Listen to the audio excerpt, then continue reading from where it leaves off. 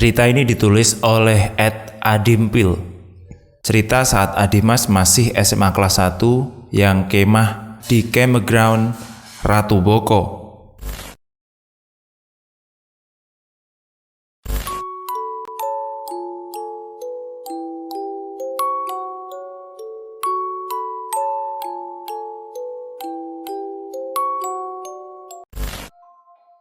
Jadi ini pengalaman pas aku masih SMA kelas 1 tahun 2010-2011 yang lalu lah, lupa aku tepatnya. Kejadian pas aku lagi ikut kemah pramuka SMA. Pasti kalian semua tahu kan Candi Ratu Boko di mana? Candi Ratu Boko pernah dijadiin lokasi syuting film Keramat. Dan yang pasti udah pada tahu julukan area Candi Ratu Boko itu apa. Kebetulan pas kemah ini sedang dalam kondisi mental yang gak baik. Ada masalah di sekolah dan lagi bener sensitif sama hal-hal astral. Biasanya gak pernah lihat yang seliweran, ini benar-benar tiap nyeliwer ada. Awalnya kita sampai di sana sekitar jam 10 pagi. Jalan ke Ratu Boko masih seneng-seneng kita, hahaha, ketawa kemana-mana. Dan sampai di lokasi kita langsung dibagikan area campnya. Jadi area campground di Ratu Boko itu ada di sebelah barat dari area restoran Ratu Boko. Di sana ada pendopo yang dipakai oleh panitia buat misahin campground cewek sama cowok.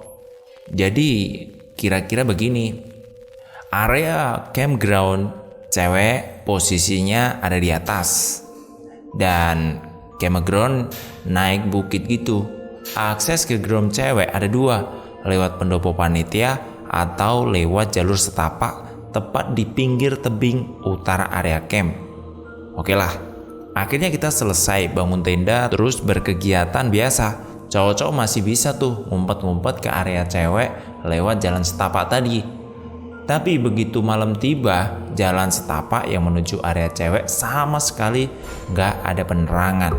Ternyata ini emang disengaja biar gak ada cowok kelipan ke area playground cewek.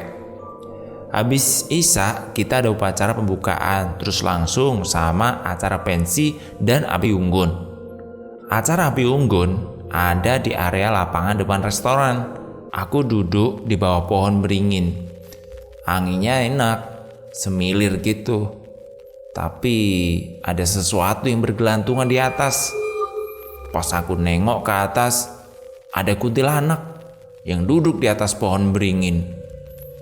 Nah, entah tuh rambutnya atau bajunya tuh aku gak inget, tapi ngegelantung sampai lantai, nyentuh-nyentuh kepala gitu. Dia senyum-senyum sambil gendong anaknya. Aku ditanyain temanku, lihat apa Dim? Enggak kok, enggak lihat apa-apa. Tapi dia tuh tahu pasti aku ngelihat sesuatu. Oke, acara kelar. Balik dong ke camp masing-masing. Di dalam camp biasalah anak-anak cowok gak pada tidur.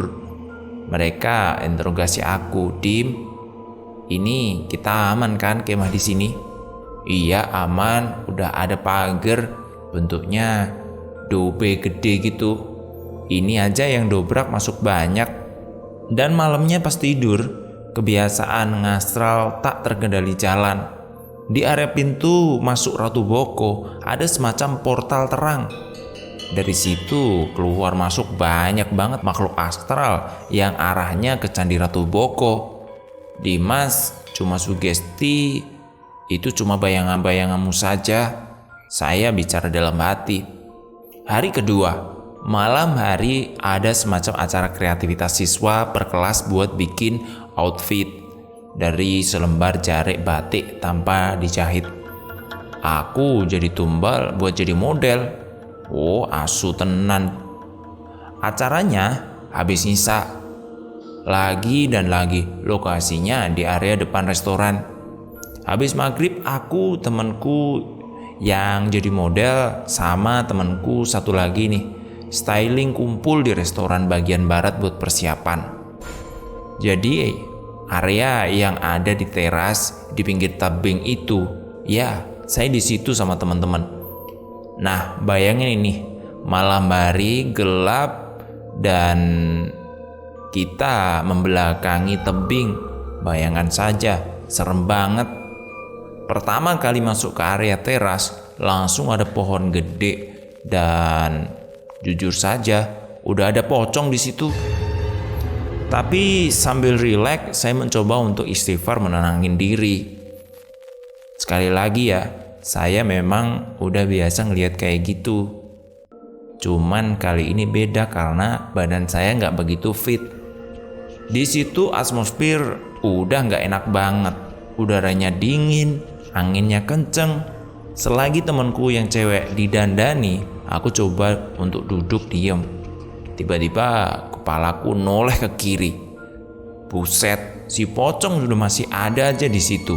Aku tahu dia nggak ganggu, tapi aku lama-lama risih. Sampai akhirnya aku agak noleh ke belakang, ke pagar teras yang langsung batasan sama tebing. Di sana ada cewek pegangan pagar sambil menangis. Nangis yang luar biasa, menutup wajahnya pakai tangan, pundaknya naik turun gitu. Nangisnya sampai sesekukan. Dia pakai dress selutut warnanya putih. Pas tangannya diturunin, mukanya diangkat, wajahnya hancur. Dia angkat kaki satu persatu ke pagar, terus loncat ke tebing. Shock saya melihatnya. Terus tiba-tiba dia muncul lagi dengan peragai yang sama, seperti mengisyaratkan bahwa dia mati dengan loncat diri. Dan mukanya yang hancur karena terbentur oleh lereng tebing itu. Aku ngeliatin terus sampai beberapa kali, mungkin bisa 4-5 kali loncatan. Aku baru sadar, kayaknya ini memang korban bunuh diri dan minta tolong. Aku baru ingat kalau zaman TPA dulu pernah dikasih tahu kalau orang bunuh diri itu hukumannya ngulangin adegan dia bunuh diri terus-menerus sampai hari kiamat nanti. Allahu alam. Dan bodohnya, udah tahu gitu aku masih terus aja ngeliatin dia. Sampai akhirnya nggak tahu dia udah lompat beberapa kali. Pas angkat kaki ke atas pagar, dia berhenti sejenak dan nggak loncat. Tiba-tiba dia nengok ke aku, melotot. Langsung tatapan-tatapan itu bikin perutku mual. Aku juga malah nantap dia 10 detik kurang lebih. Mukanya amat sangat mengerikan. Begitu aku sadar aku sudah melakukan kesalahan, aku malah nantangin dia. Dia marah luar biasa. Dia gak jadi lompat ke tebing, kakinya diturunin lagi. Dia berdiri ngadep aku, kepalanya dimiringin. Ajeng gua udah mau pingsan. Aku masih gemeteran deg-deg, suara jantungku. Perlahan tapi pasti pertahananku runtuh. Diam-diam 3 menitan, pas ditengok dia makin dekat. Aku diemin lagi, tengok makin dekat lagi. Saat itu aku hampir nangis. Terus sampai akhirnya jarak kurang lebih 4 meteran, aku tahu dia udah siap masuk ke ragaku. Ini pertama kali ya aku benturan energi sama makhluk yang gak suka gara-gara aku tantang. Dan dia langsung saja aku telepon bapak. Bapak aku telepon karena bapak tahu bahwa aku bisa ngelihat seperti itu. Kemudian aku telepon bapak. Pak, ada yang mau masuk ke badanku, aku harus gimana? Kemudian bapak nyuruh aku baca Al-Fatihah 7 kali, ayat kursi 7 kali, Al-Ikhlas 3 kali, Al-Falaq 7 kali, dan An-Nas 7 kali. Aku baca semua itu sambil gemetaran yang amat sangat hingga mau pingsan rasanya. Habis kelar baca itu, badanku enteng, gemetarku hilang. Si cewek itu juga menghilang. Tapi pengalamanku nggak berhenti di sini. Jadi setelah kejadian itu, malamnya dengan tenang ikut-ikut untuk peragaan busana.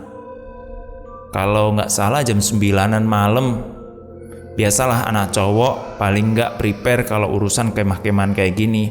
Lapar banget. Pas balik tenda, gak ada makanan. Temen ngomong, ke tenda cewek yuk. Si Alfi ibunya habis ngirim donat sama martabak. Mantap tuh. Nah, tapi yang mau ke tenda cewek itu cuma aku. Dan gak mungkin lewat pendopo, pasti gak boleh sama panitia.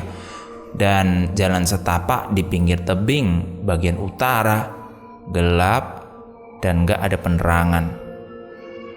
Akhirnya aku nekat, seriusan nih nekat lewat jalan tebing itu. Modal senter doang. Tapi pas mendekati area pendopo, senter aku matiin tiba-tiba. Dari arah tebing kedengeran suara gemersek di semak-semak. Kaget dong, terus otomatis ngeliat dan nyariin sumber suara di tebing. Bodoh emang. Pas nengok ke arah tebing, tiba-tiba lihat gerak cepat banget. Terus dia nunjukin diri. Ternyata dia wanita setengah ular. Bentuknya nggak karuan. Kalau mungkin teman-teman tahu, mirip jenglot tapi gede. Dan aku langsung lari, nggak lihat jalan. Itu batu atau tanah, ada ranting, nggak peduli lah. Yang penting langsung lari ke tenda cewek. Dan beneran nggak percaya apa yang aku lihat barusan. Saat itu jantungku kayak copot. Terus ada satu temanku namanya Avi, temen dari SMP. Dia ngasih aku pop mie kalau nggak salah saat itu ya. Kita makan, terus kemudian kita mencoba untuk ke teras kembali. Si Alfi duduk di dekat pagar ngadap ke teras dan tebing. Aku duduk di lantai membelangi teras dan tebing senderan pagar. Kita ngobrol ngalor ngidur sampai akhirnya jam 11-an malam. Avi nerawang jauh lihat ke tebing. Aku gak mendongak lihat Avi. Dim, apapun yang terjadi jangan noleh ke belakang. Loh, kenapa Vi? Udah, percaya aja. Hatiku makin penasaran. Aku tahu yang dimaksud Avi, si cewek yang sore tadi mau masuk ke badanku. Dia berdiri pas di belakangku. Langsung dalam hati aku nyoba untuk doa apa saja. Dia masih di belakang, Vi. Udah belum, Vi? Dia masih geleng kepala. Aku maksa nengok ke samping. Dan aku langsung nyentak, astagfirullahaladzim, innalillahi. Aku langsung kaget.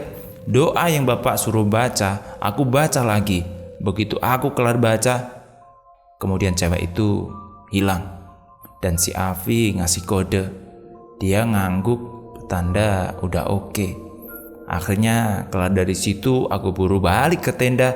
Dan sepanjang jalan setapak tebing, dengar suara gemeresek. Tapi sekarang aku gak ngelihat itu. Dan kemah malam itu saya ingat sampai sekarang. Semoga ini bisa jadi pelajaran kita semua ya. Cerita ini ditulis oleh @adimpil.